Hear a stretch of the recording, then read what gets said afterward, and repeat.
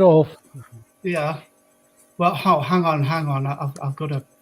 There you go. We're live. Hang on. Cue the theme music. I've got problems. I've got technical problems.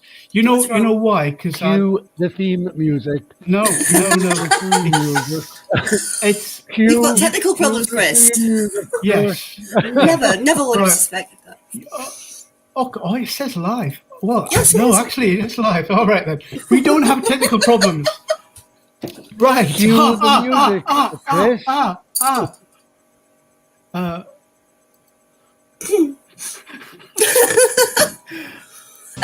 You know what? There we go. Cue the music. You did it. That's it, I'm afraid. Charlie.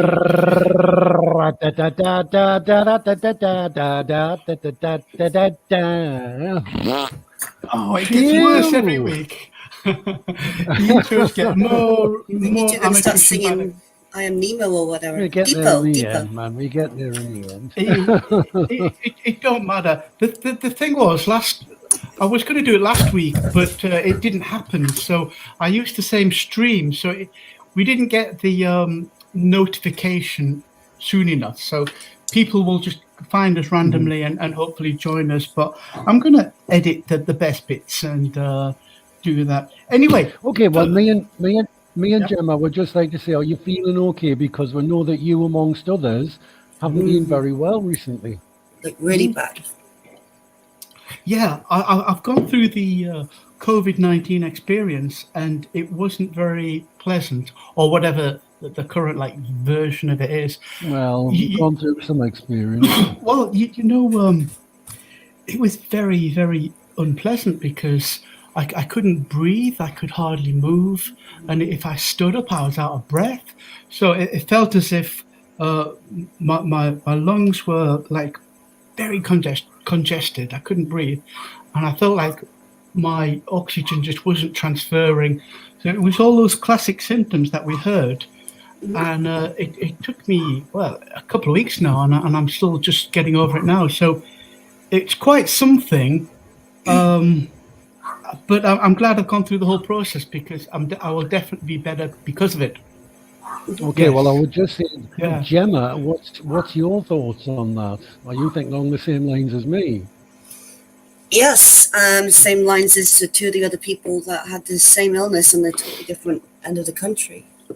Mm-hmm. I think we discussed this, didn't we, Charlie? Well, yeah. Mm-hmm. EMF. Yeah. It's the same. There's a lot of symptoms that are very similar to the radiation. But I'm not a doctor, and I'm not saying you didn't have a virus, Chris, or I have been really worried about you. All I've been really concerned about is your recovery. A what? Have you had a what, did you say, Gemma? What? What's that V word you used there? Which one? Ain't no such thing as a virus, girl. Ain't no such thing. No, just ain't no such thing. I don't like to. We know what you meant. I don't like to put my opinions forward when somebody's really been really poorly. So I know. That's all my concern was. Yeah. Well, I'd just like to say something about my health. But before I do that, guys, I just want to say to both of you, right? I really appreciate you joining me tonight. I love both of you guys, and I couldn't do this without either of you. And I just really appreciate your presence. I just wanted you to know that. I've missed you. Oh, we love you as well. Yeah, love you too. Love you too. Love you both. So I've got to say about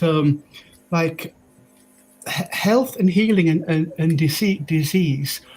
Now, I've suffered chronic illness most of my life, and I've got around it by doing running and meditation.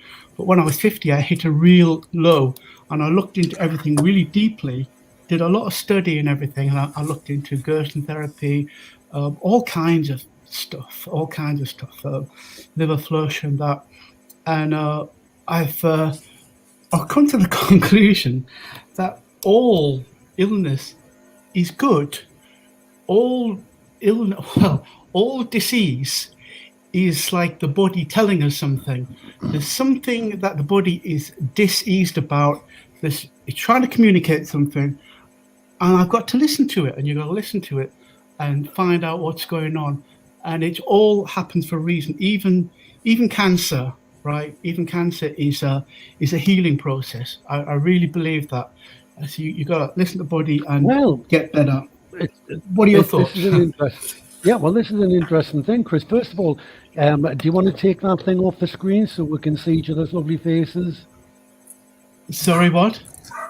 Do you want to take that graphic off the screen so we can see each other's faces? Scrappy. Yes, yes, Missy Gemma. I've finished the cleaning, Missy Gemma. Poor Scrappy. Yeah, I'm saying, Chris, do you want to take the logo off? So right. Yeah. Sorry, you're talking to me. I thought you were talking to Joe there. Yeah. Thought I was talking to Scrappy. There we go. There we go. Hello. Yes. We'll get professional one day. Oh yeah, definitely. I think I'll ruin the team if we get professional. Yeah, exactly. It's the charm. That's what we'll call it, right? It's the charm. Yeah, but there was an interesting thing that I was watching the other day, and it was somebody Jordan, I want to say.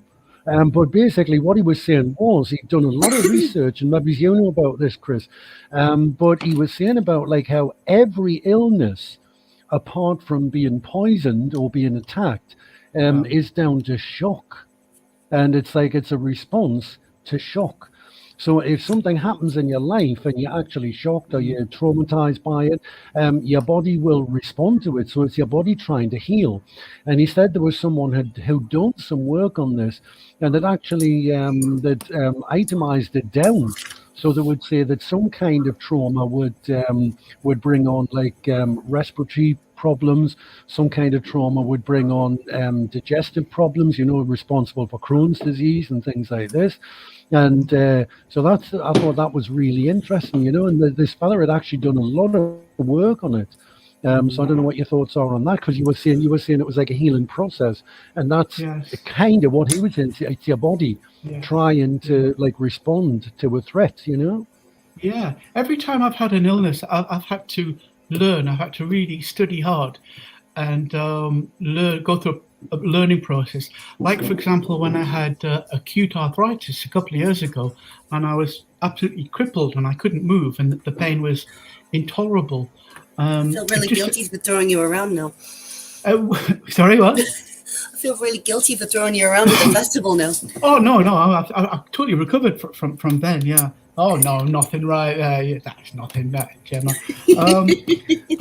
I learned about this guy called Joe Dispenza, who had a car crash. He lost every one of his vertebrae was fractured and compacted and everything, but he used his mind to visualize himself getting better, and he got better. And I used that process, and I got better from my arthritis. And so I learned something very valuable then. And I've learned something about the COVID thing. I feel better. I'm glad I went through the process. So, right, you're back there now. It's all good. I'll tell you what, I was looking around for something that I could use as a little signal to let you know that I cannot hear a bloody thing that's going on. It just sounds like, and Just like do the I can hear universal like help little words. hands. Yeah. So I kind of watch for like mouth movements and that, but I should have some little symbol like that or something, So when I do that, that I can't hear anything that's going on. Yeah. That's my 45-degree clamp, by the way. Okay. Or doing large. No, in regards to illness, I think you mentioned that, because I had an experience last year. Honestly, I was going through quite a lot. I was processing a lot, and I lost use of my left arm. And when you are stressed, your body fills up with like cortisol and adrenaline, and it eats away at your system. So stress can actually manifest physically. So I learned that last year. So if I start getting too stressed, I have to take a step back away from things and just chill out, go to the woods. Well, that whole idea of exosomes basically is the fact that your body's responding to toxins. So Yeah. the immune system finds out, which essentially turns out to be like genetic material that's within the cells, and it basically puts it out for the bin men. So puts it like in a black bin liner and shoves it out for the bin men, and that Yes. black bin liner is an exosome, and this is Yes. what they've been using to try and say that these were viruses outside of the cell. You know, when they're basically exosomes, and virus is kind of like an invention, an interpretation, you know, like sort of to Germ describe this theory. bloody germ theory thing. Yeah, exactly. Yeah. I've been speaking to So it's, somebody who carries around a vibration machine, Mhm. a vibrational frequency, Right. and they believe they've got a book on everything. So I was reading through it, and they believe that everything can be caused by a certain level or cured by a certain level of frequency. Oh, right. Or parasites of all things. So I've been really looking into that. Are you just doing that because you don't want to listen to me, Charlie? Can't hear, won't talk. No, I heard. Listen, Charlie. Yeah, it's like I can hear little words punctuated through, but I can't. I've got to try and put the sentence together, and I don't want you to say something like I felt really ill and I was at death's door, and I may go, you know. So I've got to be careful that I'll just let you know that I might be misinterpreting things because I'm only hearing selective little words, like, you know. Yes, Sorry, you're coming in Charlie, early. many I digress. Carry on, Gemma. So yeah, I read this book, and they do believe that nearly everything can be healed by a certain frequency that they put out. So that this man carries a machine around with him, and they also believe that quite most illnesses are actually caused by parasites that we just weren't aware of. Yeah. And I found that interesting in regards to what we found on the masks, those Morgellons. Yes. So I found that really interesting, but I don't know. We play an integral role with viruses, with bacteria, fungus, and what you just said, parasites. I do feel that like our whole body is an ecosystem, and we have our gut is we live in symbiosis with a lot of other species and things in our gut. So we are a collective of living things, and sometimes we get parasites. It's not necessarily a bad thing. They're standing in for something that we're deficient of, so I wouldn't get rid of them. But you can't beat having a healthy gut. And one thing about this illness I've had is I couldn't eat for days, and I started eating just healthy stuff. I've completely lost any desire or taste for junk food, sweet stuff. So I'm eating very healthy now. So I think everything happens for a reason. Yeah, I have no interest in alcohol. Maybe a little bit of edible cannabis now and then. Apart from that, It's good for you. I feel it's all been for the good. Well, I've been on a bit of a health kick, to be honest. I was just going to say, Gemma's been the same, yeah. Yeah, so I'm working on increasing my lung capacity, and I've totally quit my bad habits, and I'm feeling quite good for it, to be honest. I went to the sauna yesterday, and I've been sweating out my toxins and stuff like that. So, yeah, I cook everything from scratch anyway. I always have done. So I've always had my health in that regards, food regards. So. Yeah, so sometimes they get to that point where you've really got to ask for higher intervention to heal myself. And I can remember that when I was trying to give up smoking, and I said, God, please, I want to stop smoking. And I had this terrible throat. If I smoked, it was just a lot of pain. And it just went. So I didn't have to work at anything. It just happened. So we do, and our body is so intelligent. We have our own artificial intelligence system within our subconscious mind and our whole body. And I do believe, like when I had my acute arthritis, that there was other stuff going on in my life, and I was going to make a very wrong decision, and it stopped me. And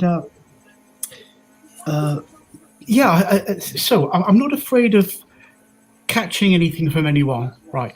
I think if something's in the air, like an exosome or a virus, then really it's my body's. I'm stronger than it, right? Yes. And my body will say yes. What have you got to say? Who are you? What information are you giving here? Right, something's going on around. We need to do a reset here. We need an upgrade. So then my body will say, well, it's now a good time. You know, I've got important events coming up. No, now would be a good time to go through the disease process. And the body goes into a shutdown and reboots itself from scratch, goes through the full disease process and learns how to deal with it. You can't just have the blueprint for it. You've got to go through the whole thing. And then you are invincible to that, whatever it was. Now these we're now dealing with weapons, with bioweapons. So these exosomes have got a coating of what is it? Some kind of nanolipid, and so. But nevertheless, I do believe the body. You know, we can learn to deal with it and well, I mean, be better. I mean, the thing to touch on there, I mean, is this idea of this fastidious cleaning agenda, you know, that's gone on through the years. And it's the same as we learn all the time. Anything that they tell me that's good for or bad for is exactly the opposite. These poisonous little, disgusting, despicable, twisted, perverted rats, you know, like sort of whatever they say, the opposite is true. So, I mean, what have they been telling me for years? Don't go out into the sun. If you go in the sun, you'll get skin cancer. Or if you go out, smother yourself in something that will cover you from the sun. You know, so straight away, you've got to think, hang on a minute, you know. And it's the same idea about the way they've been pushing this agenda for years about clean and clean and clean, you know, and like sort of you've got to clean all surfaces and everything. You have to wash yourself all the time, you know. That's not how you give yourself immunity. You have immunity by exposing yourself to your environment, you know, not by washing every part of your environment off. So you just got to ask yourself, what are they advising me to do? Yeah. And I'll do the bloody opposite. You know, that's basically what it amounts to, you know. Yeah. Yeah, But, it's like if you don't use your muscles, you go weak. If you use your muscles, you get strong. The immune system is the same. The immune system needs something to be working at, fighting at, learning this, learning that, and your immune system becomes strong and intelligent. Now, this innate intelligence that our body has for generations, it's now being undermined by, like you said, this culture of cleanliness and sterility and stuff.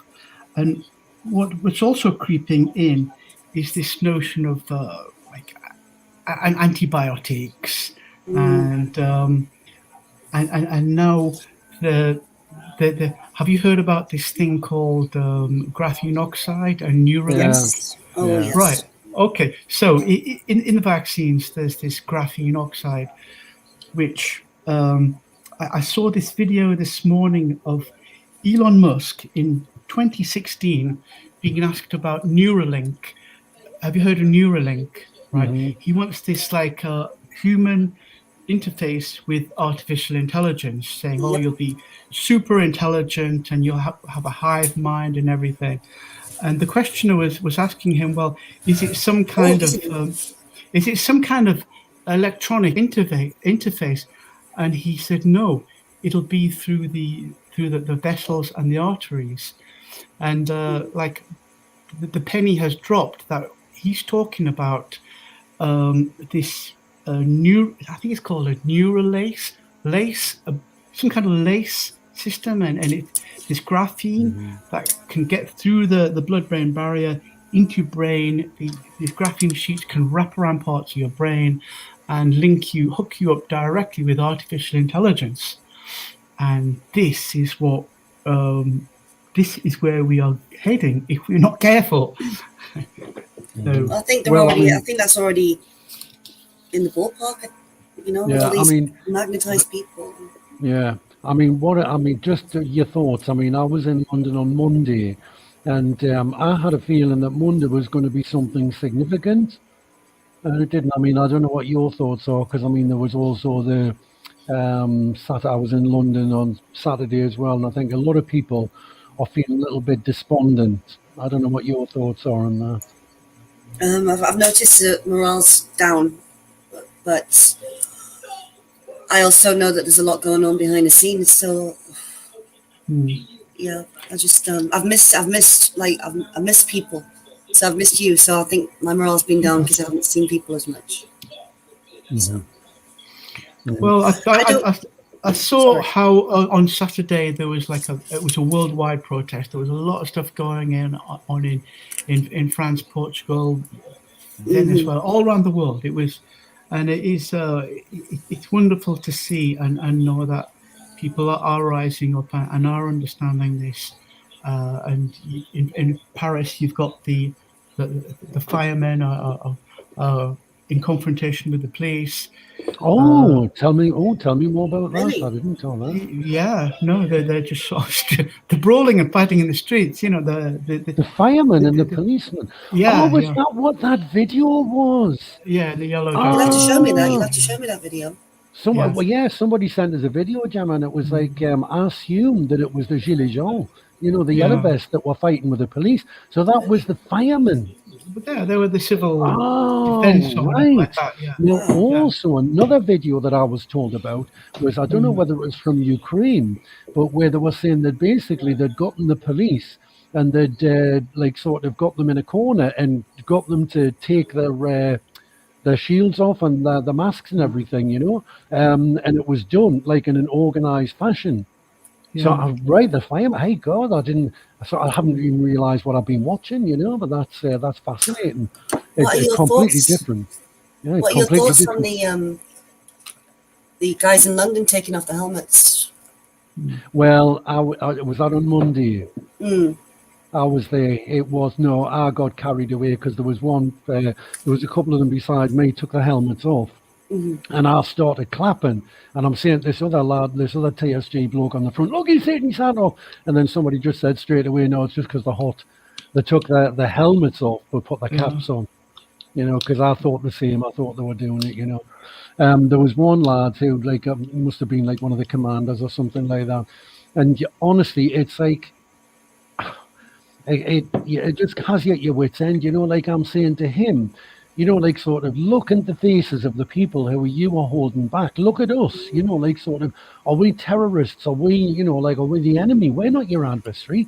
And, like I'm saying, you could join us, you could put down your shields. And he just goes, it's me job. Yeah.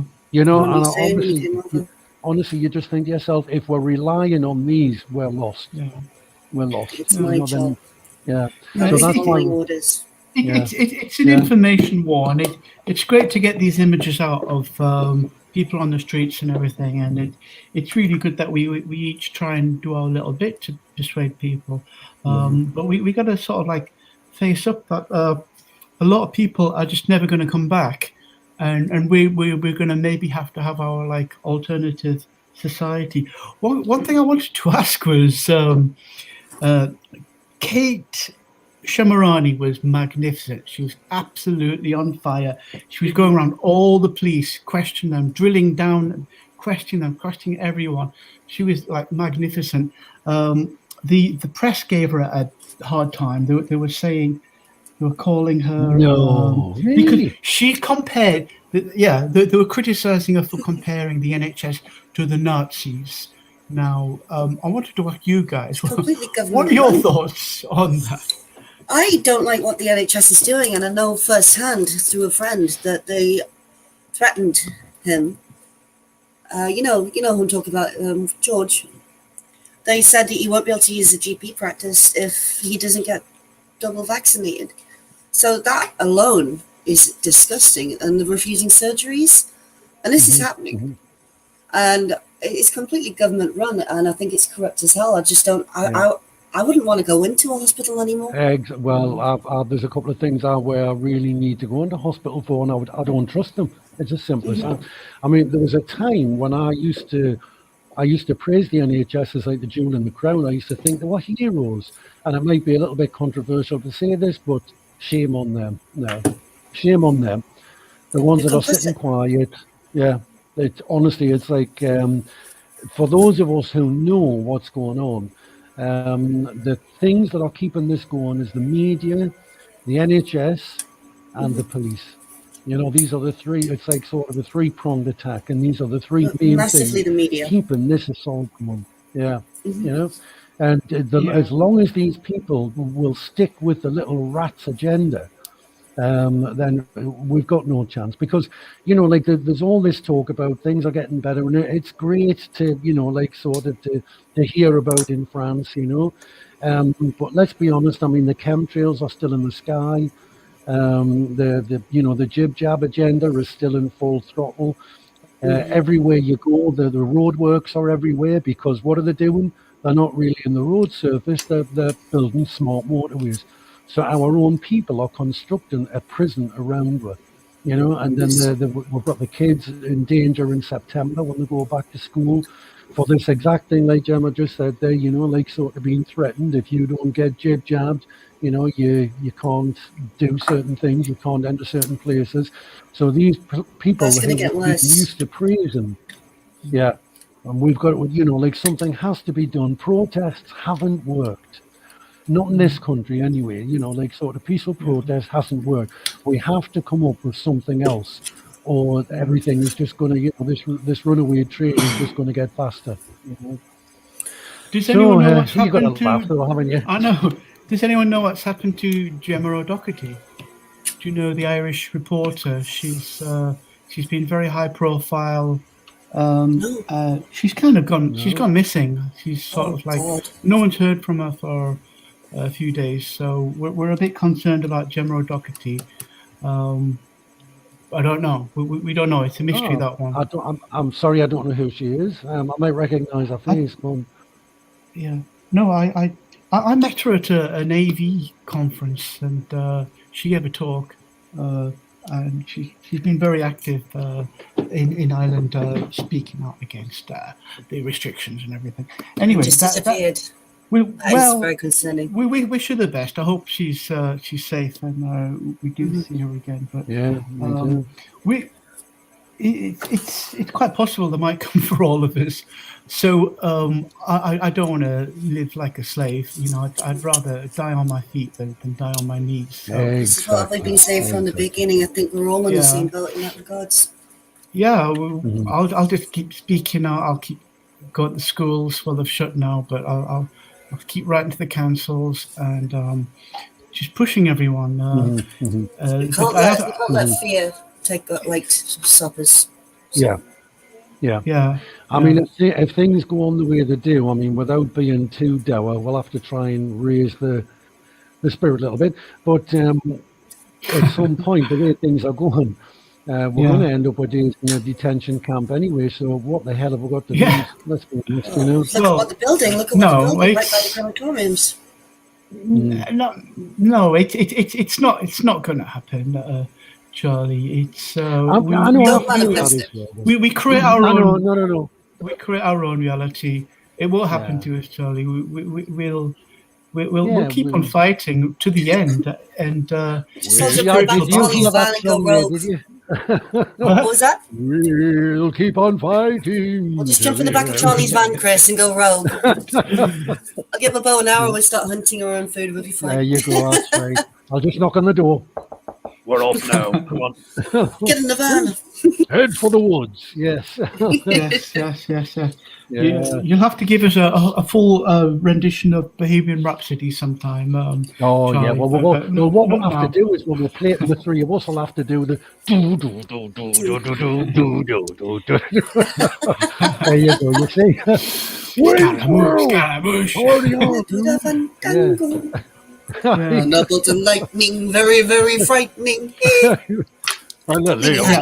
Thank you. Yes. Right. I'll have to do that. Galileo Figaro. I can't do the high one.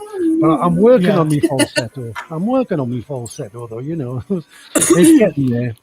Yeah, because we've been, me and Gemma had a little bit of a jam the other day, didn't we? We did. Yeah. Last Tuesday, John. He came around and I opened the door. I should put the video on. And there he is, what do you call it? Mandolin. Playing guitar, playing the mandolin. He did a full yeah. song. I got it on video actually. Yeah. I should have shared that by now. I forgot about Yeah. that. Yeah. And we put a little lamp up, and it was a lovely evening, wasn't it, Charlie? It was. It We was. was having a little Very sing nice. song. Mhm. I keep making a Well, point this to is the sing thing. It's like we're songs. saying, Bruce. Yeah, it's like we need more of these, like sort of recreational breaks. I know we have like sort of obviously we get together at protests and we get together for certain meetings and that, but more and more we should be having like sort of more recreational, just Yeah, sitting life around is for having a living. barbecue. Yeah, It's like I exactly. can, I can get too involved in politics and like, whoa, hang on a minute, you like fire, you Yeah, like in the woods, you need to go and do you for a bit, and yeah, that's what I've been doing recently. But you need Yeah. to come around, we'll yeah, get the log burner on and Yeah. Yeah. chill, yeah, chill out. Charlie, you can bring your yeah. instruments. I was going to say, Gemma's got a lovely little place like for a little culinary soiree, where we could Well, it'd be sit and nice. Yeah, it'd be and nice to take have it. you here while I've got it Yeah. because I'm looking at moving out of the city soon. So make use of it while it's here. Oh, I see. Yeah. You'll have to tell me more about that later on. Oh, I will. Excellent. Excellent. Or I is want that, to keep or is that chickens, just you Charlie. living in a Yeah. tree house? Yeah. Oh, that's a good. Yeah. Hmm. It would be nice to. I'd be quite happy, comfortable, sort of living. Oh, living of in a course, country. Chris has been doing his shed, hasn't he? Hmm. My shed is. Yeah, it's Yes. starting to put stuff in it now. I wouldn't do it like that again, but Right. I've learned quite a lot about how to build things from recycled stuff because I've done it out of pallets and recycled Yeah, that's stuff Brilliant. brilliant. and Charlie, bits but of remember wood when and we stuff. when we had Yeah, the land, we would go around collecting all the pallets so we could make things on the land. It was great, Yeah. wasn't it? yeah, That was a fun We little just ended adventure, up, wasn't it? I know, but we just ended up with a garage full of pallets in the end, didn't we? Yeah, yeah. we I did some know. Yeah, digging. I mean, we prepared the road. Yeah, I think they're still in that garage now. So if anybody needs some pallets, we'll just say, point them in that direction, Well, we might use them. You never know. they can be very useful. Yeah, Yeah. I've also been spending a bit of time at our farm because it's been ridiculously abandoned this year. Right, normally there's loads of crops. There's loads of beans. There's loads of squash. There's loads of tomatoes are coming through. We've got lots of crop, and it's more than we can eat, and there's a lot of work needs doing. It's just been abandoned, so I've been there the last few days trying to tidy the whole thing up, but I really do want to try and get an appeal going to get a local community together and work and just work a Well, I'm permaculture quite happy farm. to take in some labour with that. I'm not scared to knock in. Yeah, it's Not not sure. difficult. It's no dig, right? You don't have to dig things up. Oh, It's you just sort of you put cardboard down and put mulch on top of it, and that's it. And then next year you put plants on top. Once you keep on top of everything, it's all very, very simple, and it's the basis for any community. And it's a simple like you. It's the land. You respect the earth, and then the people, and then the fair share. You don't have I'm to gonna get into sneeze. any politics. You don't have to get into any politics or any Gesundheit.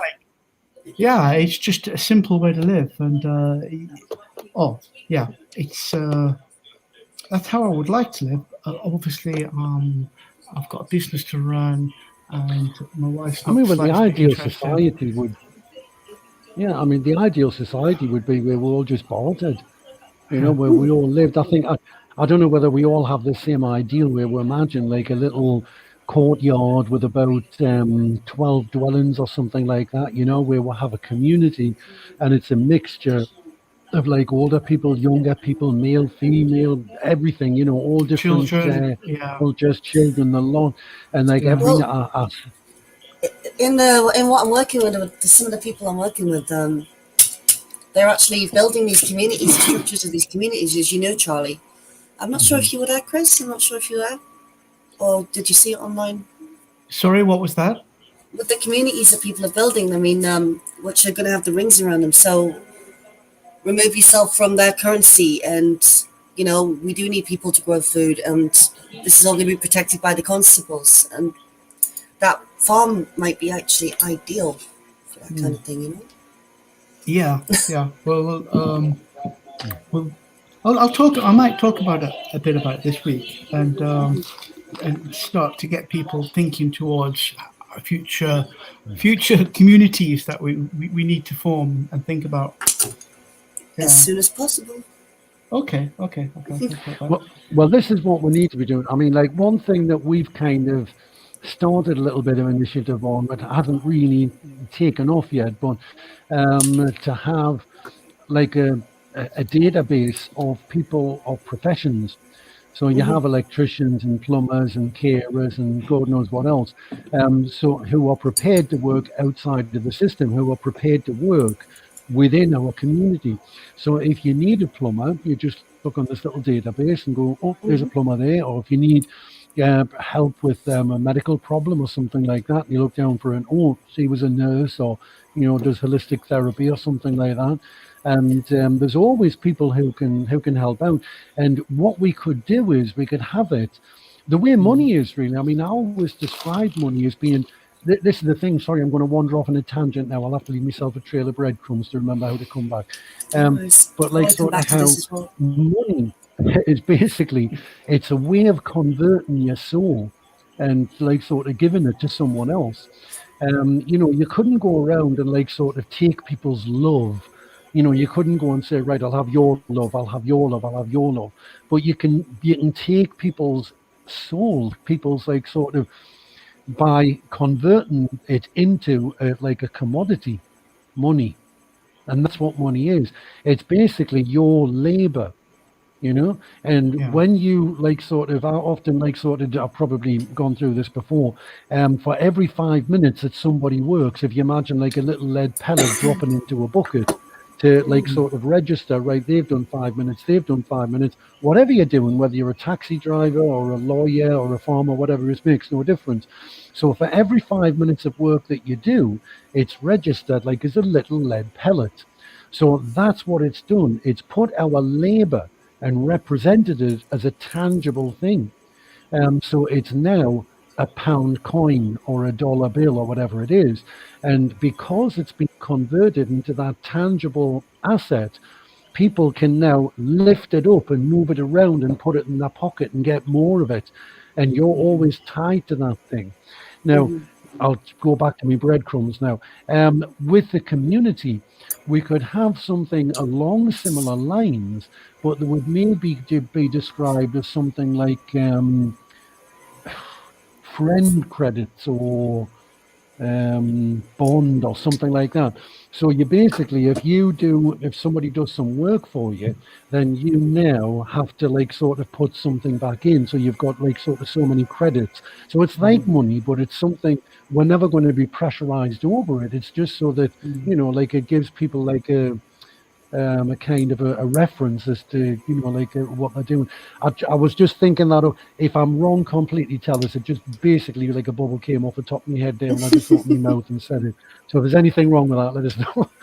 But yeah, so it's just, so we're not talking about like sort of, we can't get rich, we can't be millionaires, we can't monopolize things anymore. It's just really a case of being fair, but within a reasonable orbit, as it were, if that makes sense. How about you've heard of the Bradford pound?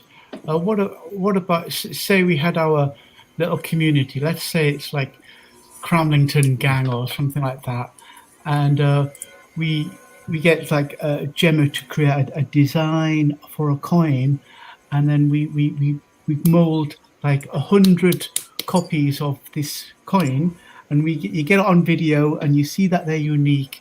And then they go into the community, and every so often we produce more of these coins and build them into circulation. And then if we think there's too much, then we stop production. We know where it all comes from. Yeah, exactly. Well, this is the way banks are supposed to work. It's like sort of when you get like this positive money, not debt. Positive money. Yeah. Yes, and you see, this is the difference. There's a thing that Gemma would know about, the BPEX. Oh, yes. Yeah. Now We that don't we don't talk about that online. we don't. Oh, right. Sorry. Okay. Sorry, I'll So, change the subject. but So yeah. So yeah, when you're saying about like sort of credits and coupons and things like that, yeah, that's the kind of thing. But the difference, like when you had like with there's a difference between gold backed and gold standard. So if you have like say, this is the thing about like when people talk about gold, investing in gold. Now, literally, what people do, it's quite literally, you go and you buy some gold. You buy a gold ring or a gold goblet or a gold coin or whatever it is. But then it's up to you to look after it, to bury it in the garden or put it under your mattress or whatever it is. And then when you want to liquidate that money, then you have to go to a pawnbrokers or whatever to change it into currency that you can use. Now, the way banks work, I mean, the way banks are supposed to work, this is like the theory about a bank is that there is so much gold. So, like you were saying, Chris, like sort of you don't produce more. So, you've got like a lump of gold, and you can only like sort of move that gold around. So, if someone owns a little bit of gold, and you take some of that money out, then what they would do is they would take that gold out and put it somewhere else. If someone buys some more gold in, they would get some gold and put it in. So, like you say, you've got it there, and it's representative of everyone's wealth. But obviously, as we know, when things when they came off the gold standard, that all they did is it just allowed them to print money. And again, it's just this idea, how money is like sort of, it is the root of all evil, it's the way it can convert. It's basically putting your soul into a little asset. And then when you can just print it and just make it up and like make bigger and bigger chains to enslave people with, then it gets even worse. But like you say, with a system like that, where you've got like a control over what the total is, what's in the bank, that's what we need. Do you So- think? Yeah, sorry. So just before we move the subject, we are actually putting a database together on the Common Law Court website, which should be live in a few days. So that'll be handy for a start. Brilliant. I just got a Is there a link for telegram. that, Gemma, that you can put on? The commonlawcourt.com, but I'll find out more about that tonight for you, and we can discuss that at length because that'll help everybody. I just received a definitely. telegram from a lady who said she needs help from me. Her daughter can't go back to uni. Where is it? I haven't looked at telegram for ages. My daughter is in the second year of uni and she needs proof of vaccination to continue on a course. No bloody way. I've just got that No message way. now. Yes. Honestly, these are the kind of people, like the people who are putting out this propaganda, or the people who are the most despicable little rats. They really are, It's just sheer intimidation, and let's be honest, lying. They're Yeah, absolutely we need to shame lying. them, Gemma. Yes. We need to shame these people. Which I university? mean, it's discrimination. It's apartheid. It's well, I don't know how many things. It's just appalling. Yeah, Yeah, it I'm is gonna just help this crazy. lady out. That is it's disgusting. fascism. It's Yes, of course it is. yeah. For anyone out there who's been threatened with like no job, it's bollocks. Oh, absolutely. Everything is absolute bollocks. They cannot do it. And Whatever don't you go do, do not give into it. Do not quit. It's Yeah. the worst thing you can do. And let them Exactly. fire you, and we'll come at you. Exactly. That's what it is. If they're so keen to break the law, let them put you on gardening leave on full pay until they sort it out. That's their problem. Whatever you do, but do not quit. Exactly. It's just playing into their hands. It's all coercion. It's a bit like, a lot of people probably know this already, but there is no law. There's never been a law about wearing masks in shops and all the rest of it. No, It's there hasn't. all bollocks. Yeah. It's all So- bollocks. In regards to what we just said, in regards to don't quit. Now, some people brought it to my attention that they are on 0 hours contracts. So if you are listening to this, if that's the case, and then they start giving you 0 hours, literally, log every single thing because that is still discrimination. I never thought So- about that. Good point. Yeah. So you can still get them that way. Yeah. Well, this is it. I mean, it's like we're talking about it there. There's two sides of the coin. I mean, you say like the beautiful side that we talk about, the community side, the help and the love, the compassion, and then you get the other side with these disgusting little rats, like sort of trying to coerce you into slavery. Basically that's what it is. An abomination, it really is. Let's raise the spirits a bit. Say something. Yeah. I've got something fun. Oh, come on. Guess what? Yeah. Guess what? I think we should all go because I really enjoyed it last time. The Freedom Come on. Festival's on again. All right. Yeah. Are you going? All Should right. we go? Should we go? I really enjoyed that time away. Yeah. When is it? Stacey just messaged me on Instagram about it, and she goes, "It's on the next month." So I just think we should just jump in the back of Charlie's van and get going again. Yeah, well, yeah, brilliant. Honestly, I've been dying for it. Can you remember the first thing we did? We got like as soon as we went there was about, I think by the time we got there was about 20, 30 bands or something like that. So I said, right, so we jumped out, I put my guitar around my neck and we thought we'd go around like the Pied Piper and wander around, fire stick. Yeah, and sort of that fire stick guitar, and we got about 100 yards down the road and we bumped into a group of people, and we just ended up sitting talking to them. But I think this time what we should do is we'll have to get like a set between the Gemma, and then we'll go around. We'll do, because there's one in particular I was just saying, and the other night I was trying to, again, get her to sing it, because she has got this perfect voice for this one thing, this one piece of music, and it's just every time I hear this piece of music, I can just hear her voice. So she's got Mazzy to learn Star to into sing dust. that. Yes, Mazzy I have Star, been playing it. that's I've been right, listening. Well, let's rehearse some Yeah. songs in advance this time, and The singing Three Amigos. Yeah, of course, because Chris got his bass, hasn't he? Oh, God, we could start a band. Yeah, and I need to get an acoustic bass. Okay, I need to get an acoustic. I've got an one. acoustic bass. Hang on a second. Oh. He's got everything. I've got a banjo, I've got 2 guitars and a ukulele. So I You've think got we're a sorted banjo? between the 3. Yeah, I got banjo. Oh, wow. Thanks for bass, Chris. Oh, the jam.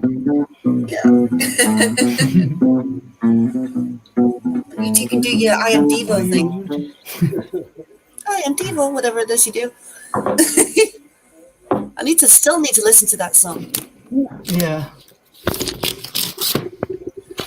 Hello. I digress. Hello, I missed that there. Did I miss anything exciting? Hey, Start the band, Charlie. Charlie, here's something. We're of the similar age. We're of the same kind of music genre kind of thing. 30s, 40s. Let's see if you recognise these lyrics, right?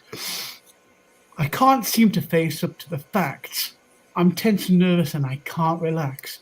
I can't sleep because my bed's on fire. Don't touch me, I'm a real live wire. Yeah. Psycho killer. Psycho, Qu'est-ce that's que right. c'est? Psycho killer. Qu'est-ce que c'est? Yeah. You remember it now, yeah? David Byrne, the nerd. The one that I liked the best of theirs was when he was do do do do do do do do. Remember that one? No, I remember once in a lifetime one saying that. Right there with it, and she was. Oh, yes, she was, and she was. Yeah. We could do that. Yeah. No, I love Talking Heads. They were Talking like Heads, my yeah. favorite band at one We'll time. not be able to do Devo, sort of. We could do, yeah. If we You can get do without these Devo. You've got hazmat to do suits. Devo. Yellow hazmat suits. Oh, you'll be chased off camp like. Yeah, Irish have Bluebirds. suits with little dog glasses or something like that. Yeah. It was just great how they could be so imaginative and so kind of like theatrical and entertaining and just think like that.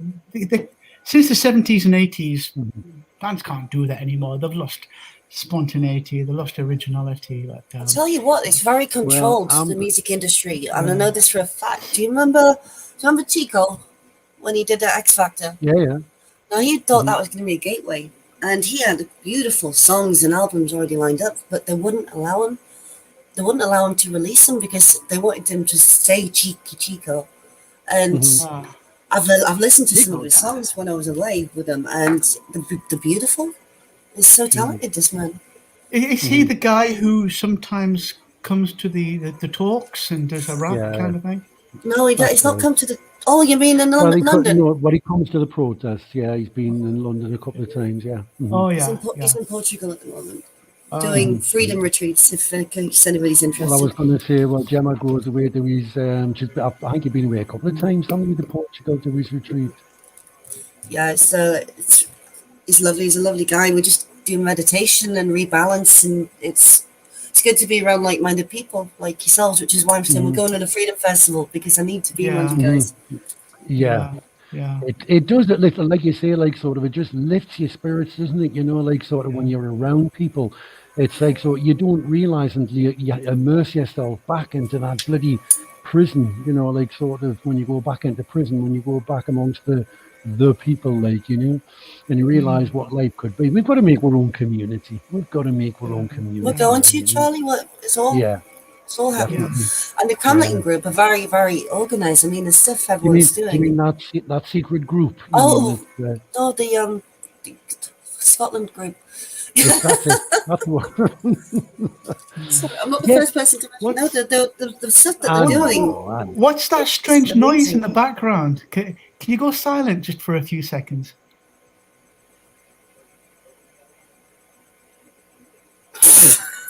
If anybody's tuning in now, this is the shittest podcast. Right. Everyone No, just sat there like, I don't know. Yeah. No, I just wondered what that I'll be quiet. strange noise was in the background. And so, yeah. What strange noise? Maybe it's in my head. That'll be Scrappy. He'll have, you know, like sort of, Missy Gemma, let me out, Yeah. I need to go bedtime now. Please let me out. He's asleep behind me on the couch. The bird's asleep, so that's not there you good. go. Yeah. Gemma, has your parrot been bedtime. behaving itself? No, I had a meeting with the Guardians yesterday, and she didn't want to be in the cage, so I brought her up, and I was trying to have a meeting with everybody else in management, and she just kept headbutting me in the face all the way through. And telling everyone to fuck off. She's a character, and then It must be so embarrassing for you, Gemma, when you've got all your guests and everything, and your parrot starts swearing at them. She couldn't care less. I think it's hilarious. Yes. So Yeah, you just have to she had live a- with she- it. That's she had what a mad meetings few should be days. like. Yeah, isn't that what meetings should be like? Yeah. In fact, there shouldn't be meetings. Meetings are evil. Meetings are just, It's something like, I mean, I was part of, I worked for a large corporation for a lot of years, and the worst job I ever had was in sales, you know, and it's like sort of it's just like this idea of meetings and presentations and everything. I mean, it's like now, I mean, I love talking to people about what I'm interested in, but when you've got to do a presentation about like selling this obscure, and it's like meetings are a similar thing, you know, we've got to find a new way of doing meetings, not sitting around a table, you know, like sort of bolt upright. There's got to be out in the forest, like sort of shouting at each other across a stream or something like that, you know. That's the way to do it. I just love it when we're learning new things that we could never have conceived or imagined before, and that's why I like Truth Seekers so much. We get speakers there that talk about the most bizarre things that you think, you know, fairies and giants and all kinds of stuff, which I think this is crazy. And then the Nephilim, and the Fae. yeah, and then a bit later, I think, well, actually, it all makes sense, you know. Yeah. And I love learning, pushing the boundaries, and Okay, well, here's the one. I'll just chuck this one in, right? This one's going to roll once I put this one in, okay?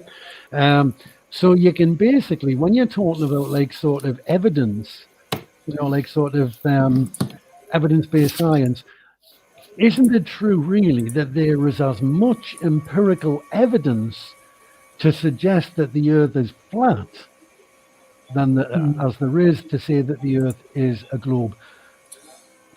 You know what? I cannot believe you just brought that up, because I was when I was doing my common law court training, there was a flat earther, and he goes around wearing a T-shirt saying, "I'll give you £10,000 if you prove to me the Earth is round." So everybody was just like, "We've got enough on our heads. We're not going to discuss flat Earth."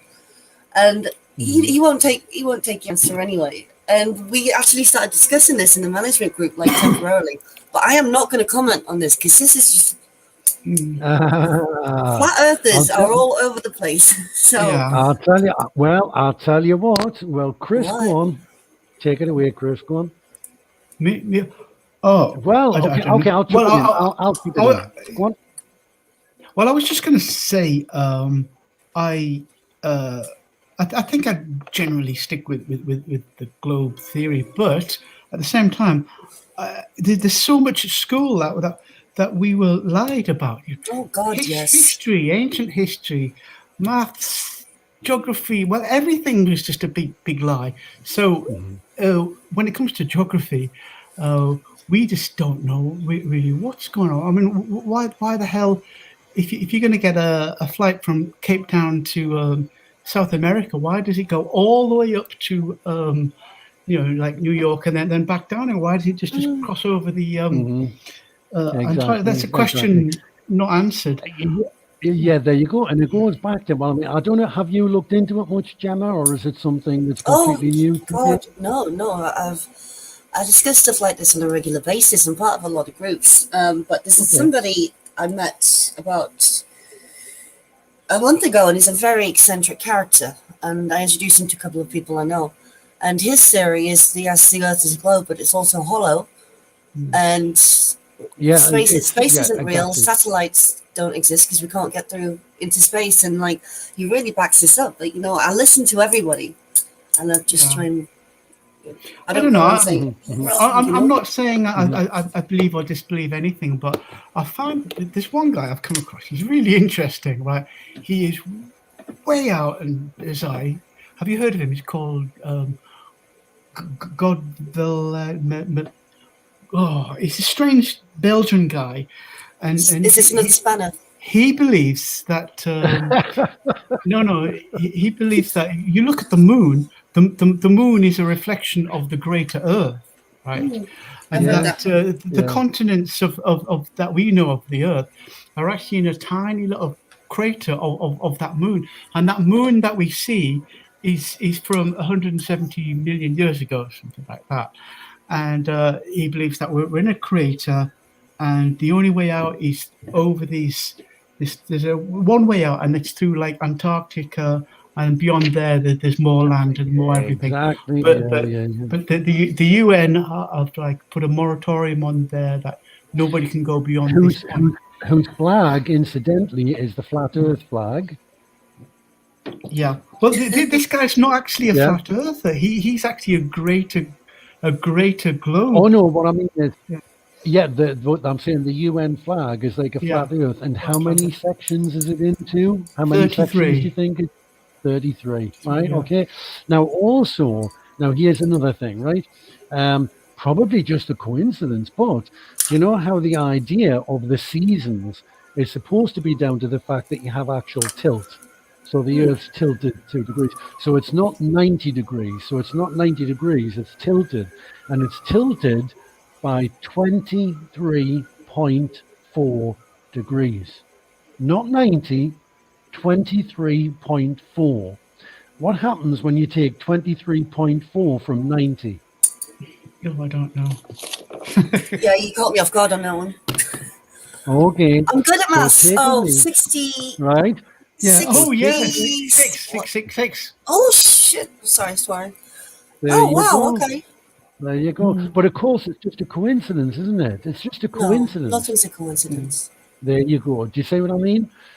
All of these things, and it's like, the thing that keeps what's kept all up to now, in prison to this narrow-minded, ridiculous idea of these lies that we're being taught, is because we believe in educated people.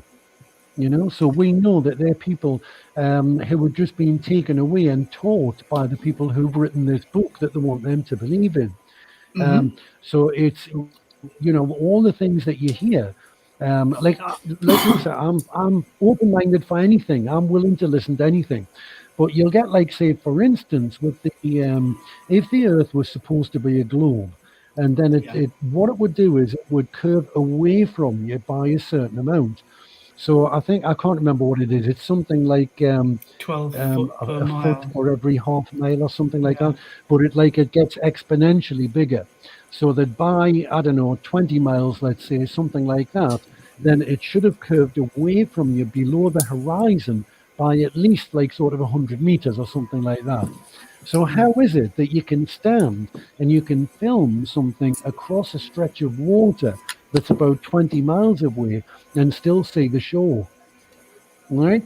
People have always assumed this was a thing that I used to say and defend in a globe when people used to talk about flat Earth, and I would say, well, yeah, if you watch a ship disappearing over the horizon, it doesn't disappear over the horizon. It appears to disappear over the horizon.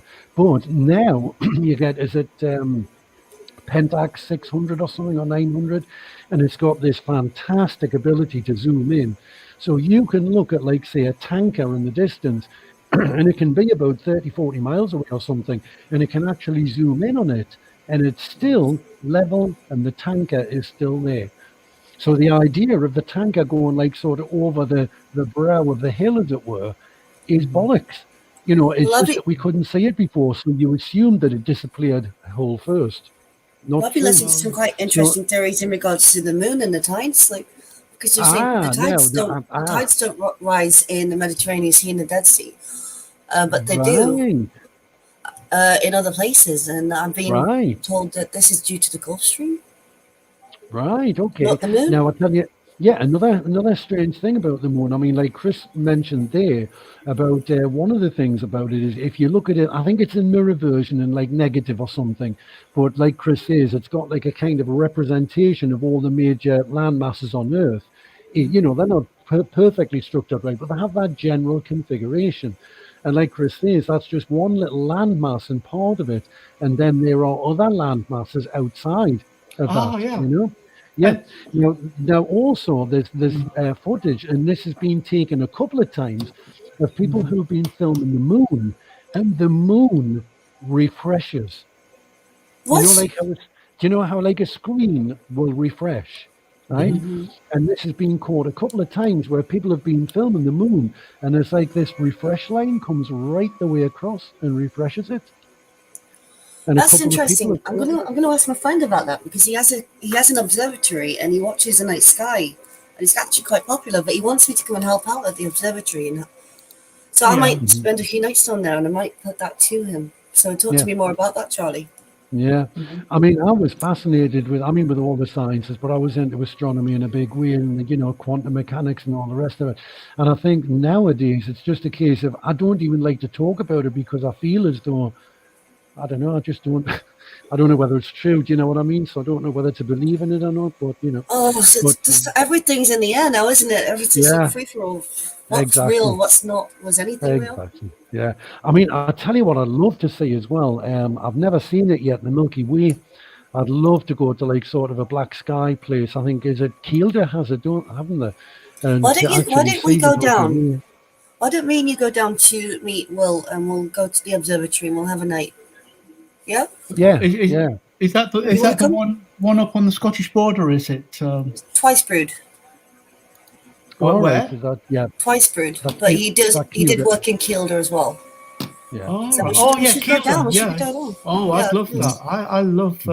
Since I was a child, I've always loved astronomy, and this is why it's very difficult for me to let go of the globe. Yeah, I know. I'm the same. Well, I often say if I had to go on Mastermind, if I had to pick a specialized subject, it would be the Apollo space program.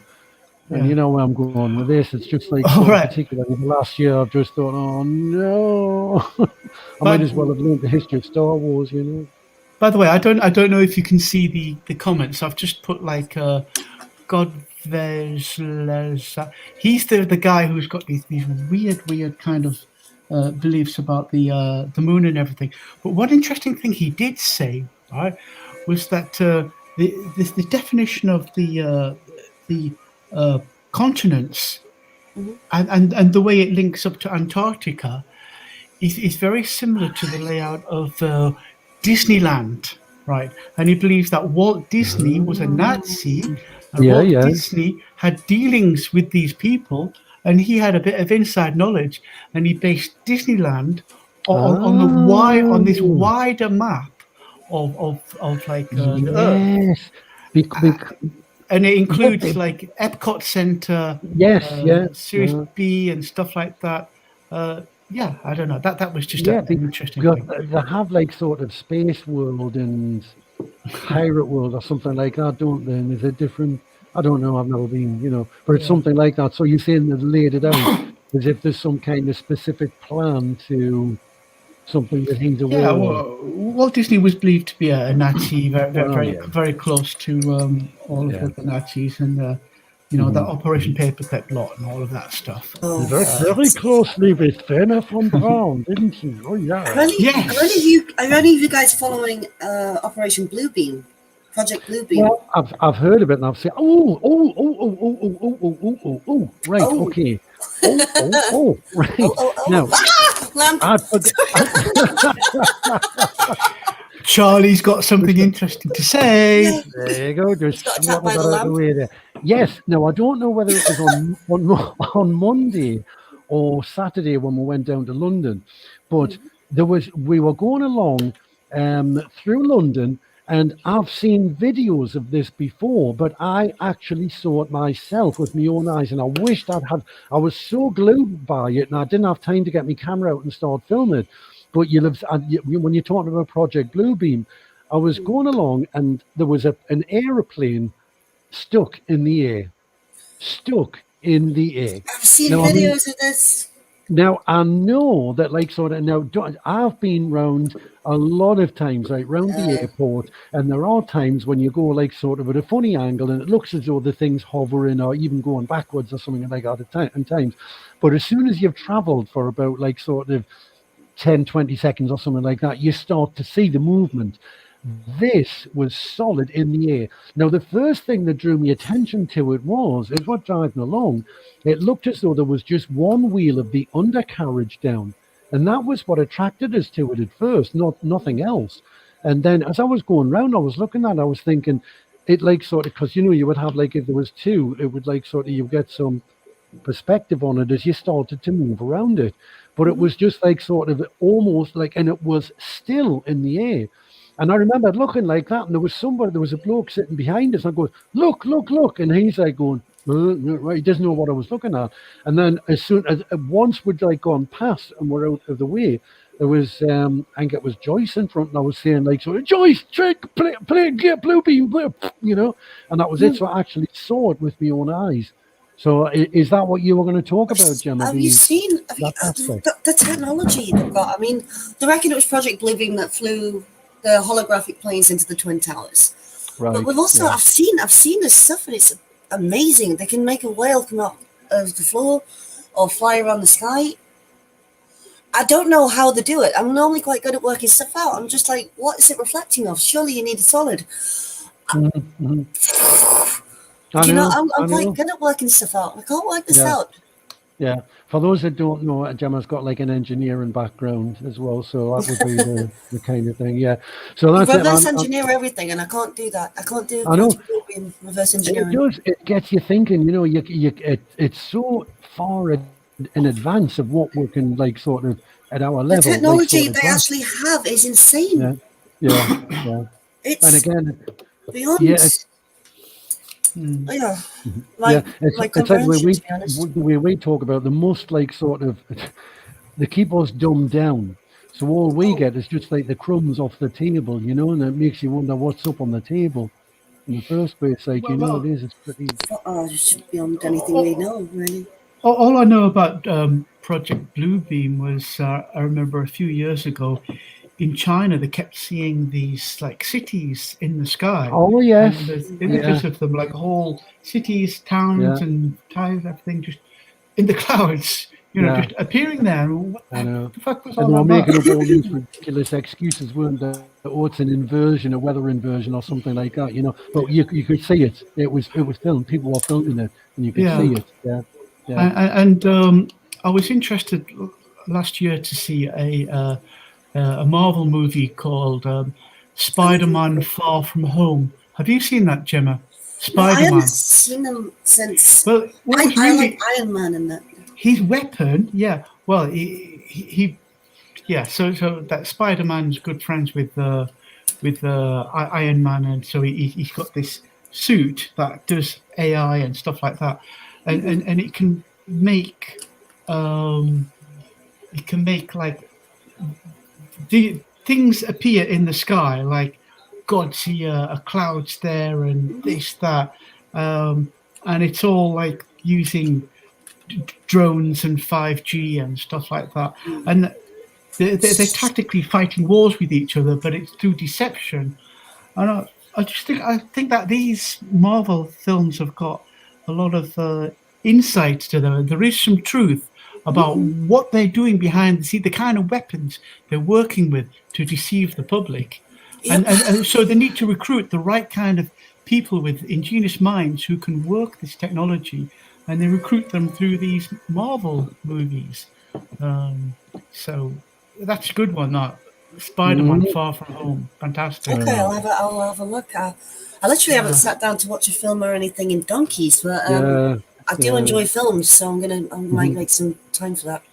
Well, we had a while ago. We had a Rosemary's Baby night. There was, you know the film Rosemary's Baby, Roman Polanski, and so of course there was Mark Devlin, who's who is great for his conspiracy theories. I mean, he was due to come to Maureen's for a talk, wasn't he? And don't, if that happens, make sure my bum's on the seat, Chris. Don't let Maureen. I'll let you know next time. Yeah.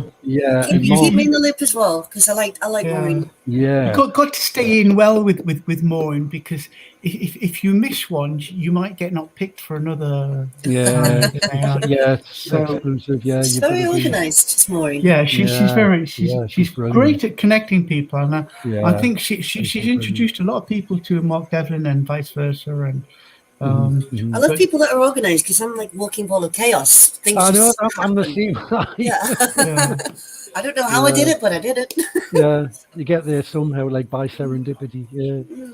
But so we had it was a Rosemary's Baby night. So what we did was we looked at Mark Devlin, one of Mark Devlin's things that he'd done on the film itself, and the idea was that we were going to discuss it, through.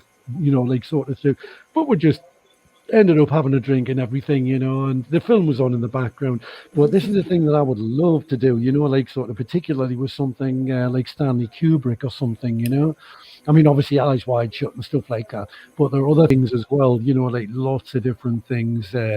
Certain directors are involved within that, It's like you were saying with the Marvel films. It's like it's not so much art imitating life; it's art being instructed to relay a message, to shape people's minds.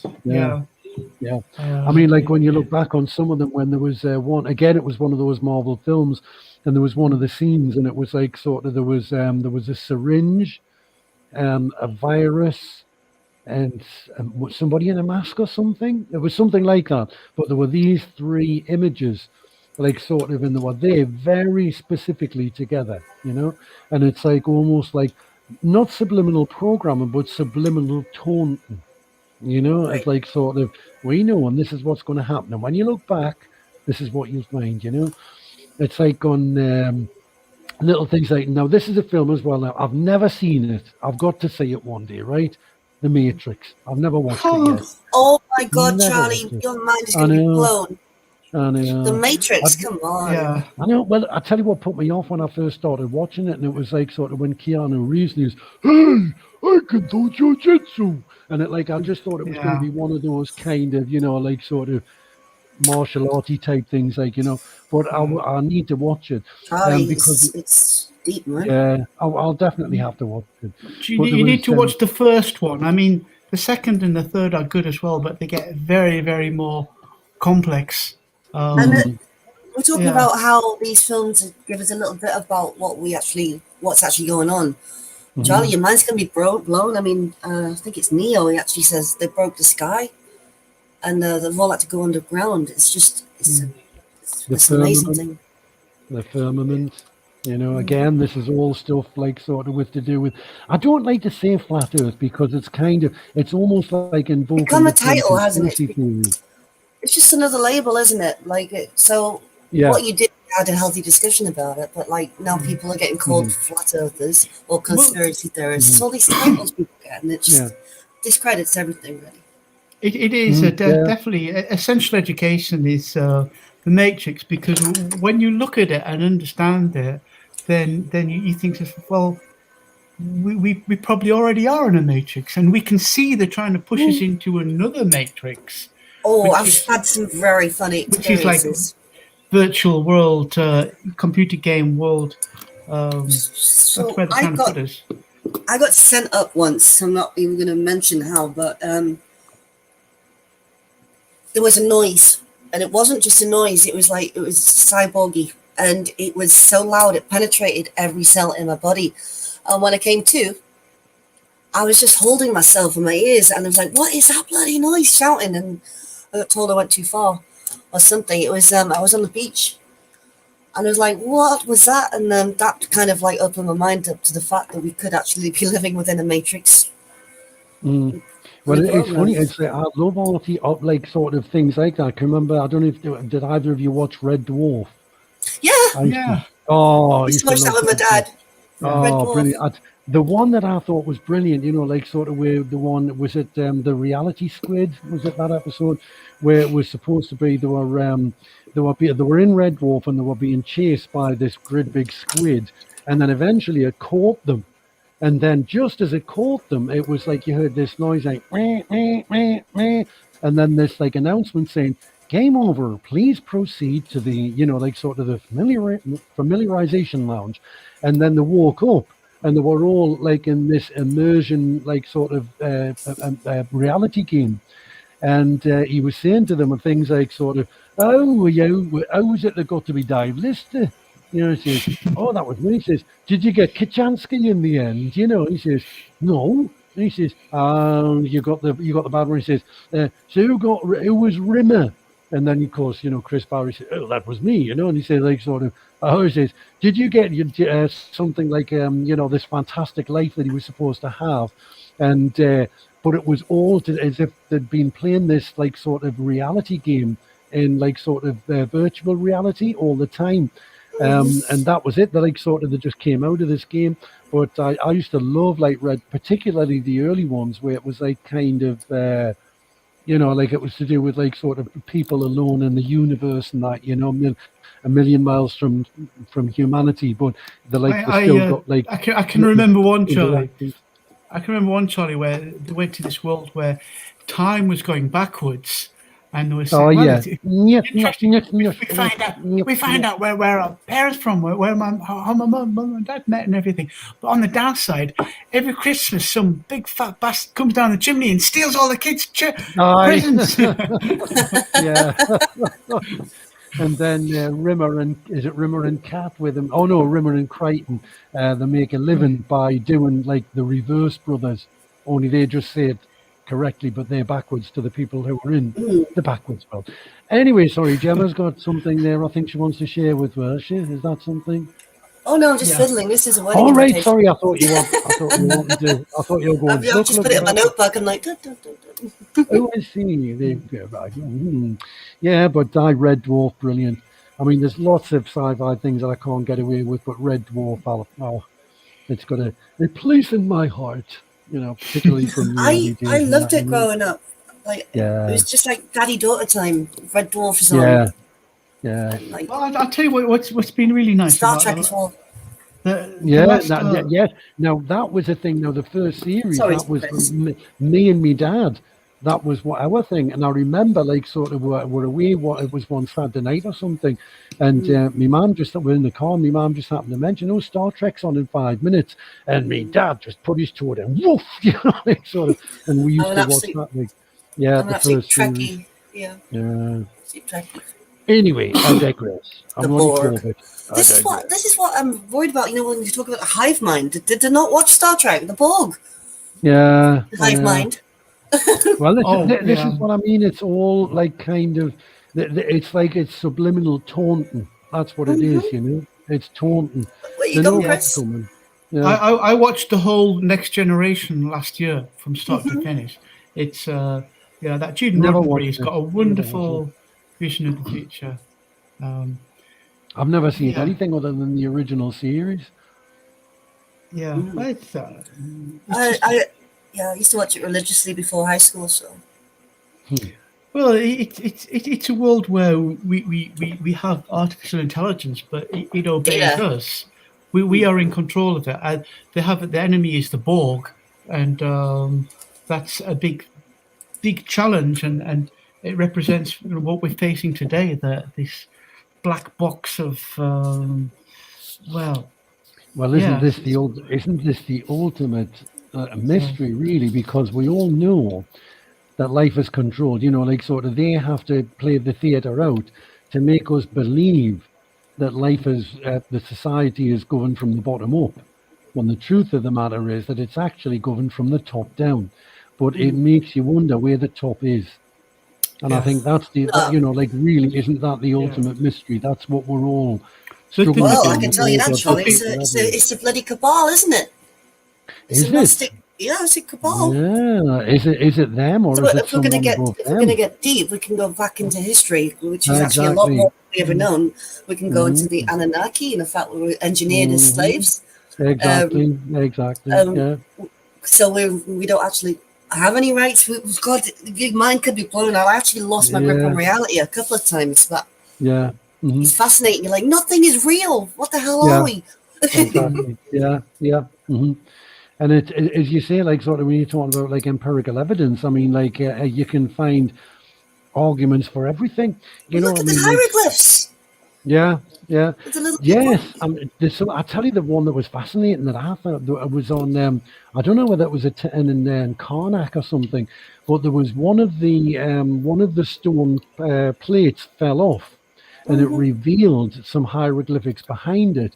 And I tell you what, you look at those hieroglyphics, I defy you to tell the difference between them and the blueprint of a helicopter, a marine ship, and what was the other one? An airplane or something like that. And it's just, you can't. They're not. They are. It is a helicopter. You know, I mean, Charlie, it might be a I want to stylized see that. I want to interpretation, see but that. it's amazing. It really is. We have had a more advanced tech before in the past than we do now. I'll tell you another one. Right? Hold that thought, Gemma. Write it down, right? But it's just It's right gone. it's gone. Oh, no. This is what I've got to sit with a pen and a bit of paper because it happens to me all the time. I've got the same, Charlie. I've got the same. Yeah. There you go. But I haven't got a bit of paper. That's the thing that I panic about. But anyway, before that, right. So there was like, there was one of these things. So there was one of these things, and it was showing these photographs, and you could see it was from the 50s, the way, like sort of with the V-neck jumpers on and the pipe and everything and the round glass, all the rest of it, and it was showing you first of all Stonehenge, and it was showing them constructing Stonehenge. Right, constructing it. It was showing you like the cranes lifting the stones out and putting them into place. And there was someone else like down with his pipe measuring it, and he had like sort of a machine, like a ruler and that measurement. Then they were showing other pictures, and they were like from, again, I don't know whether it was from, Thebes or very ancient Rome or whatever, but it was like sort of, again, these statues where you get like these pictures, like sort of huge statues of Anubis or whatever it is. And again, showing you them being like sort of maneuvered into place by a crane. And again, looking as if it was about the 50s or something like that. And all it was on this thing that I saw, and it just says, I'll just put these photographs here and I won't make any comment on it. I'll leave you to interpret. Did you save them? Yeah, I'll tell you what it is. Well, I've seen them, I want to see this. Well, I'll tell you what, it's you have to go into BitChute, and it's Ewar Anon. So that's EWAR Anon, all one word. Okay, I've the pen. I've got Ewar Anon. Right. Ewar Anon. So it's EWAR Anon. Right?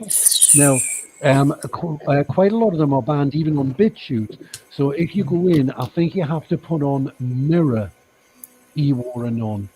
So it must be someone who's like sort of put it onto their account or something, but they've just uploaded it with their picture. But it's a bit like Fall of the Cabal, how it's like split down into about like 13 different episodes, about 20 minutes each or something like that. So you'll get it where you might get like episodes 7 to 13 or, 2 to 5 or something like that. Or something like that, but the first one's fascinating. I need to spend more time on BitChute, to be honest. But the thing is, Yeah, because I've got so much going on, I don't really have I know. time or the energy to put into another platform. Yeah. Well, But it's fascinating. my sort of like interest at the moment, Charlie, apart from this Godvillamst guy, right, is I follow this guy called John Levi, who does a lot of research into when these World Trade Fairs were and how there would be magnificent city would pop up at like San Francisco in 1950, and a couple of years later it's all disappeared again. And then there's St. Louis and places like this, and the populations just appear from nowhere.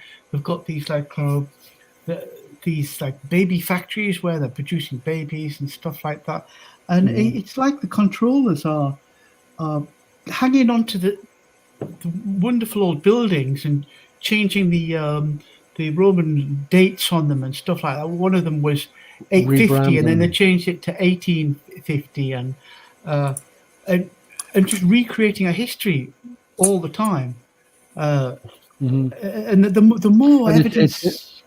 The more it comes up, you see it in the buildings, and you see it in our streets. We see it where there's been mud floods, where the mud floods. Yeah, that's fascinating. Yeah, that's mind blowing. I've been looking into that as well. The thing I was just trying not to go too deep. I'm trying to do little sections at a time unless I truly lose my marbles, not just a little bit lose my marbles. But yeah, and of course, it all keys into like the yeah. It all keys into like the Mandela effect as well. When for people who don't know about that, it was like sort of how you would say to some people would actually think that Nelson Mandela died in prison, and then you think, well, how would you think that he died in prison? Like he was president of South Africa or whatever, and but some people are like sort of convinced that he died in prison. So again, you kind of have this idea: are we all interchangeable in different zones where things are slightly different to the way they are in the one that we're in now, or we're constantly moving from one into another? It's like, are we hopping timelines? Yes, and I mean this is the one where I don't know whether it's where I don't know whether it's like from where I've got this, but I'm sure. Like I had a VW Caravan years ago, right? And the logo, the VW, you know how it's got like a V sitting on top of a W. Now, I remember that V was flat at the bottom, and there was like a space where before the W was. But then everybody will say, "Oh no, it's always been just like the V goes through the W." Every reality is just a bit different. It's mind blowing, isn't it? You know what I mean? And it's like all these little subtle differences. I mean, it could just be like rebranding of the logo. Like I mean, the same thing happened with Ford. So the Ford factory, and they said that the font had changed and everything. Well, I think it would over time. They would probably change things like sort of slickly, so there might not be anything sinister about that. But it just, like sort of all this idea, like we're saying about how these places spring up, and where these populations come from, and rebranding of buildings. How like sort of, I don't know whether we've talked about it on here before. But how like sort of you would have like these ancient these buildings where even some of them might be mosques, some of them might be temples, some of them might be like sort of Christian churches, some of them might be museums, and like or civic buildings, like libraries and that.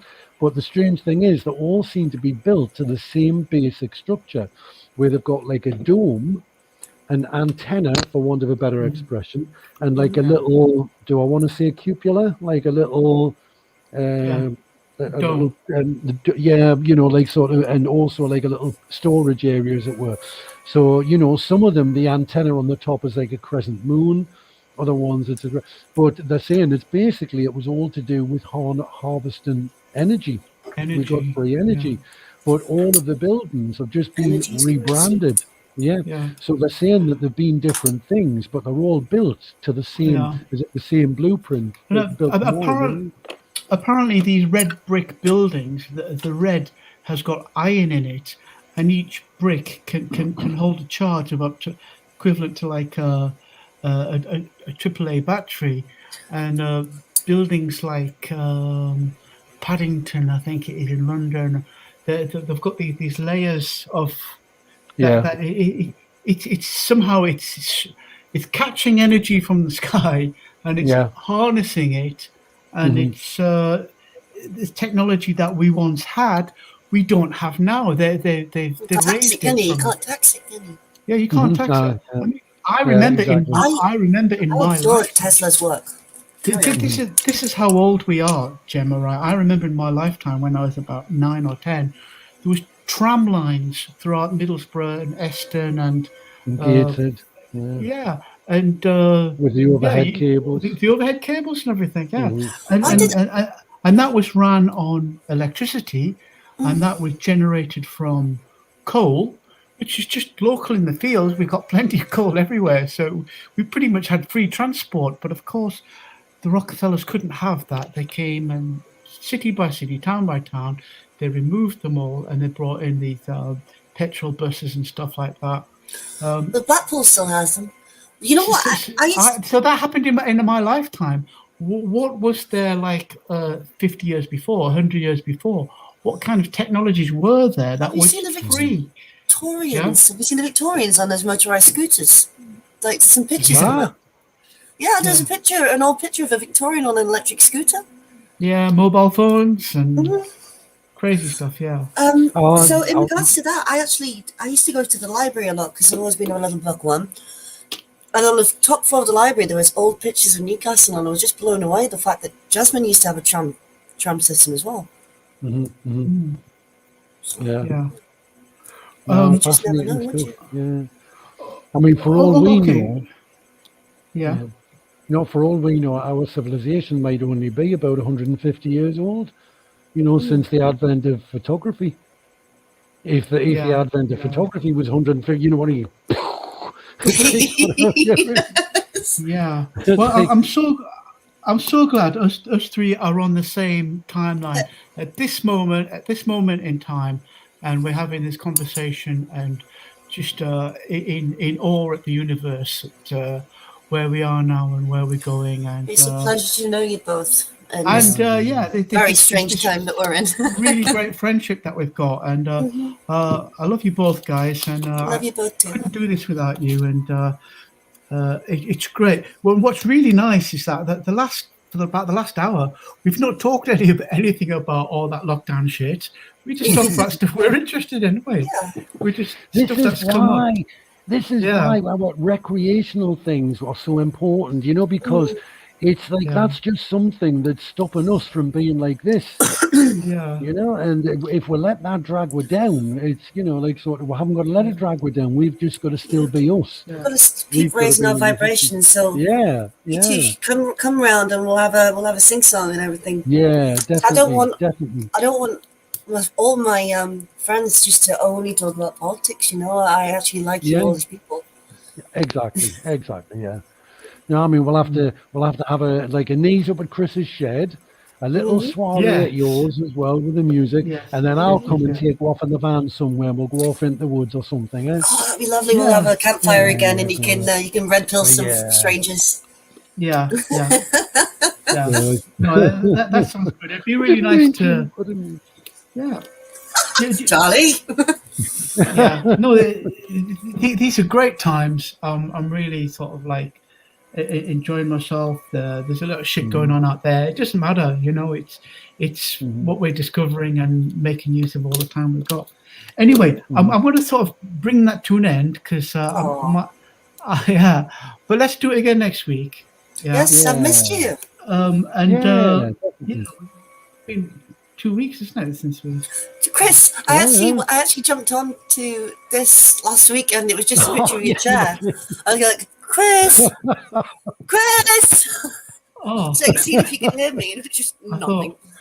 thought, yeah, I Was he thought, oh was he no. sitting picking his nose or something like He wasn't that? even there. It Oh, was just right. a living room. Anyway, It might- I'm it glad might we all just been turned a up tonight. screenshot, right. Well, make sure you've got a link for so we can share it with people. So Yeah. whatever you've Okay. recorded it on, upload it, and we'll share By the it. way, on- are there any guests do you think we should be inviting on? You know, like- Elvis Presley. We Right. could try and get some people on. You know, that'd be good. Yeah, you've got a lot of yeah. good contacts, Jen. I'm sure you know the right people. Dolores. Oh, that's just. I don't know if we she's- could. Actually, I've just spoken to a bodyguard just now. She's actually just messaged me earlier today to see if I'm okay, so I'll see, because I know she's busy. But there's quite a lot of people that may jump on the chat. We could Yeah. have a I'd feel us I'd out. love to get Kate Yeah, on. don't Yeah. don't show Keith any of the Morani. podcast first. Yeah. though. Yeah, I think don't Mick's show more, any of the podcast. Mick's more connected with her. I've only met her very briefly, and I don't really know her. So What I'd like to do is to get like sort of one of these people who, like we say, we're always talking about politics. It would be nice to get one of these people on and just talk about something else. like yeah, sort of, yeah. who is the real Kate Shemirani? Who is Yeah, the real yeah. Dolores Cahill? Tell Yeah. me more about you. And I would be much more interested in that, to be honest with you, because we know all this other stuff. So. Oh, this is anyway. Chris. Shit this up. Right, that's enough talk time now. Yeah, no. Okay, it's time to go, guys. I I'll think I'll put the love you accord on, and leave isn't you. Thank you very much for joining tonight. It's been Thank you, fantastic. beautiful people. I'm going to Yes. end the broadcast now. Okay, Yeah. bye now. Good Bye. night. How do I Good leave? I night. can't leave the Good studio. night. See you soon.